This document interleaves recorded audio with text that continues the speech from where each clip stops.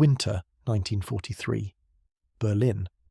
A German radar operator stares at his screen, watching a blip approach at 400 miles per hour. Messerschmitt fighters scramble, but by the time they reach 30,000 feet, the intruder has already dropped its payload and is heading home. The operator shakes his head in disbelief. The aircraft appeared on radar for only 3 minutes, too fast to intercept, too high to reach. What the Luftwaffe had just encountered was not a conventional bomber. It was a de Havilland Mosquito, a wooden aircraft that carried 4,000 pounds of bombs at speeds that exceeded most German fighters. This was the plane that would make German air defense commanders wake in cold sweats, the aircraft that proved revolutionary materials could outperform conventional thinking, and the machine that would rewrite the rules of strategic bombing. This was the Mosquito bomber. It was constructed almost entirely of wood, yet it outperformed metal aircraft, and it forced Germany to divert precious resources to defend against a threat that seemed to appear and vanish at will. The problem facing Britain in 1940 was brutally simple. Bomber Command needed aircraft that could strike deep into Germany with accuracy, but existing bombers like the Wellington and Lancaster were slow, vulnerable, and required massive fighter escorts. Night bombing reduced losses but made precision targeting nearly impossible. The Luftwaffe's radar-directed fighter defences and anti-aircraft guns were shooting down an average of 1 in 20 bombers on every mission, a casualty rate that was unsustainable. A secret report presented to the War Cabinet in August 1941, known as the Butt Report, had quantified this failure with brutal clarity. It revealed that only 1 in 5 bombers was even getting within 5 miles of its intended target at night. The rest were dropping their bombs harmlessly into the German countryside. For a crewman in a heavy bomber squadron, the average life expectancy was just 10 sorties. The psychological toll was immense, and the strategic return was negligible.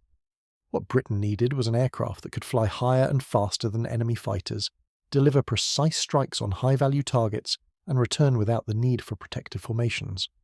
The solution had to combine the range of a heavy bomber with the performance of a fighter, a combination that seemed impossible with conventional aluminum construction techniques.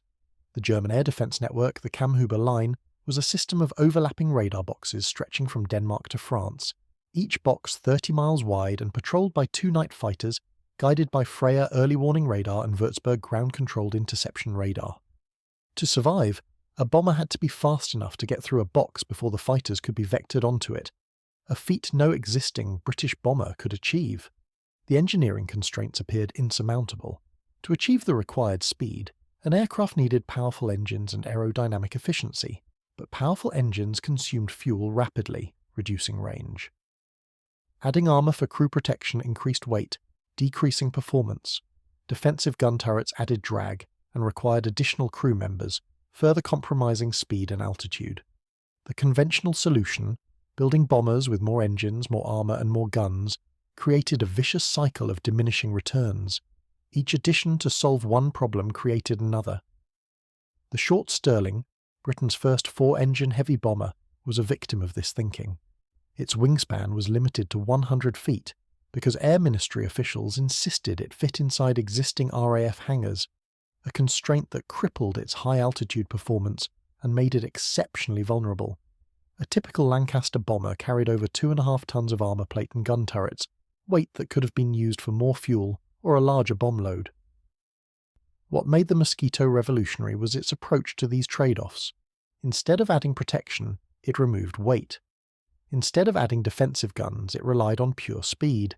Instead of using scarce aluminum, which was being prioritised for fighters like the Spitfire and Hurricane, it turned to a material that Britain had in abundance: wood. The logic seemed bulletproof to its designers, but heretical to the military establishment, which was deeply invested in the doctrine of the heavily armed self-defending bomber. The Air Ministry's initial rejection of de Havilland's concept in 1938 was blunt. We are not interested in the unarmed bomber. The Mosquito was built using a revolutionary wooden sandwich construction called monocoque. The fuselage was formed from 2 layers of Canadian birch plywood, each less than 2 millimeters thick, with a thick core of Ecuadorian balsa wood. The balsa resisted compression, while the birch ply resisted tension, creating a single, immensely strong and lightweight shell. The entire structure was held together by a new synthetic adhesive called aerolite, a formaldehyde-based resin that was stronger than the wood itself. This wooden wonder weighed nearly 3,000 pounds less than an equivalent metal aircraft. Power came from two Rolls-Royce Merlin engines, each equipped with a two-stage, two-speed supercharger that allowed them to maintain power at altitudes above 20,000 feet. Each engine produced 1,710 horsepower, propelling the aircraft to speeds exceeding 400 miles per hour. The wingspan was 54 feet, with a length of 44 feet. The aircraft could reach an altitude of 37,000 feet and had a range of 1,500 miles with a full bomb load. What made the construction remarkable was not just the materials, but the precision. Components were manufactured by furniture makers and piano companies in places like High Wycombe, then assembled with aircraft-level accuracy. The wooden construction also had a secondary benefit. It was difficult to detect by German early warning radar, giving the Mosquito a stealth advantage years before stealth technology became a formal discipline. It was a system of compressed innovation, using national skills in woodworking to build a weapon of unparalleled performance. The Mosquito emerged from de Havilland Aircraft Company, led by designer Geoffrey de Havilland. When he first proposed the concept to the Air Ministry in 1938, officials rejected it, insisting bombers needed multiple engines and defensive armament. De Havilland persisted, arguing that speed was the best defence.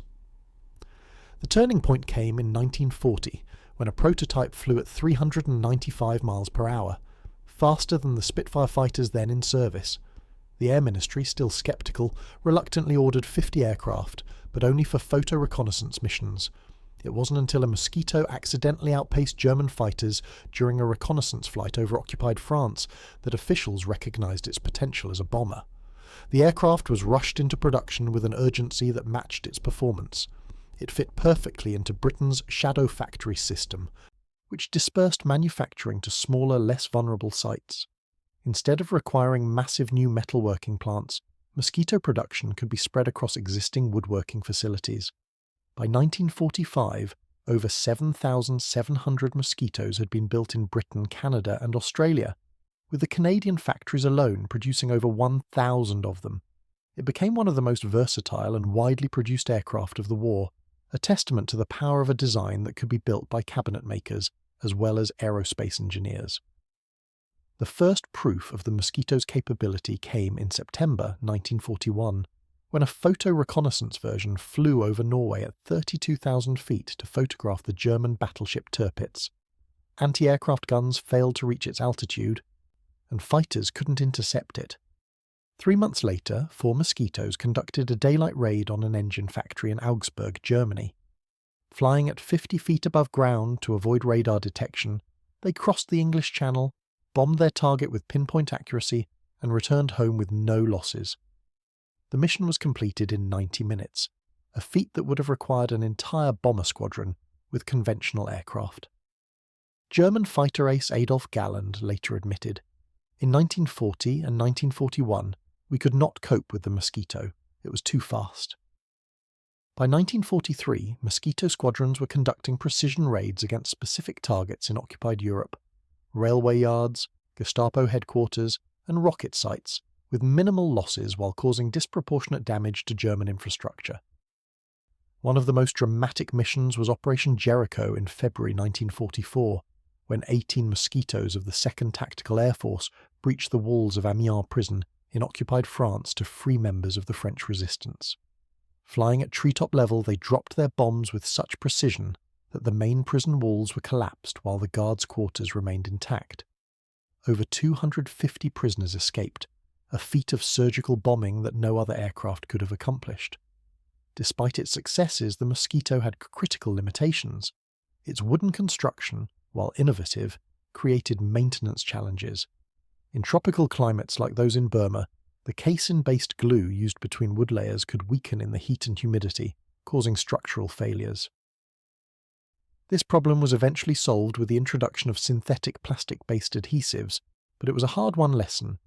In cold European winters, the wood could contract, creating gaps that affected aerodynamics and required constant recalibration. The aircraft required constant attention from specialized ground crews, with each Mosquito needing approximately 150 maintenance hours for every 10 hours of flight time. There were also operational constraints. The Mosquito could carry only 4,000 pounds of bombs less than half the payload of a Lancaster bomber, making it unsuitable for the area bombing campaigns against German cities championed by Air Chief Marshal Arthur Bomber Harris. Its speed advantage diminished as Germany developed faster fighters like the Focke-Wulf 190 and the Messerschmitt 262 jet. By 1944, Mosquito loss rates had increased from 1 in 200 sorties to 1 in 50, though this remained significantly better than heavy bombers. A crash landing in a Mosquito was also particularly hazardous. Unlike the crumpling of metal, the wooden fuselage tended to shatter into sharp splinters, often with fatal consequences for the crew. The Mosquito didn't win the air war alone, but it filled a critical gap in Britain's strategic bombing campaign. While Lancaster and Halifax bombers conducted nighttime area raids against German cities, Mosquitoes performed precision daylight attacks against specific targets that couldn't be destroyed by carpet bombing. This dual approach created a relentless pressure on German defences, day and night, high and low, precise and indiscriminate. The psychological impact was equally significant. German officials never knew when or where a Mosquito strike might occur, forcing them to spread anti-aircraft defences thin across occupied Europe. The aircraft's versatility also made it valuable for other missions. Pathfinding for heavy bombers, where it would drop coloured flares to mark targets for the main force, weather reconnaissance deep into enemy territory, intruder attacks against German night fighters as they returned to base, and even transporting high-value personnel and intelligence across the continent. By 1945, Mosquito squadrons had flown over 39,000 sorties, dropped over 130,000 tons of bombs, and destroyed targets with an accuracy that other bombers couldn't match. It was a force multiplier, a single aircraft type that forced the enemy to expend disproportionate resources to counter it. Today, only a handful of Mosquitoes remain in museums, wooden testaments to an unconventional approach to warfare. The aircraft proved that radical innovation often comes from questioning fundamental assumptions, in this case, that bombers must be metal, must carry defensive guns, and must sacrifice speed for payload. The Mosquito's legacy extends beyond its wartime service. It influenced post-war aircraft design, particularly in the use of composite materials and the concept of multi-role capability. The aircraft demonstrated that technological superiority isn't always about bigger engines or thicker armour. It's about smarter solutions to fundamental problems. In the Mosquito's case, the solution was literally growing on trees. It was a triumph of ingenuity over orthodoxy, of pragmatism over doctrine. It was the right weapon, built at the right time by the right people. War doesn't reward the most expensive weapons, only the most effective ones. The Mosquito cost a fraction of a heavy bomber, but delivered results that were disproportionate to its price. It was a perfect marriage of available resources, innovative engineering, and strategic need. In the calculus of warfare, that is the definition of genius. Obsolete is a word for peacetime. In combat, there is only what works and what does not.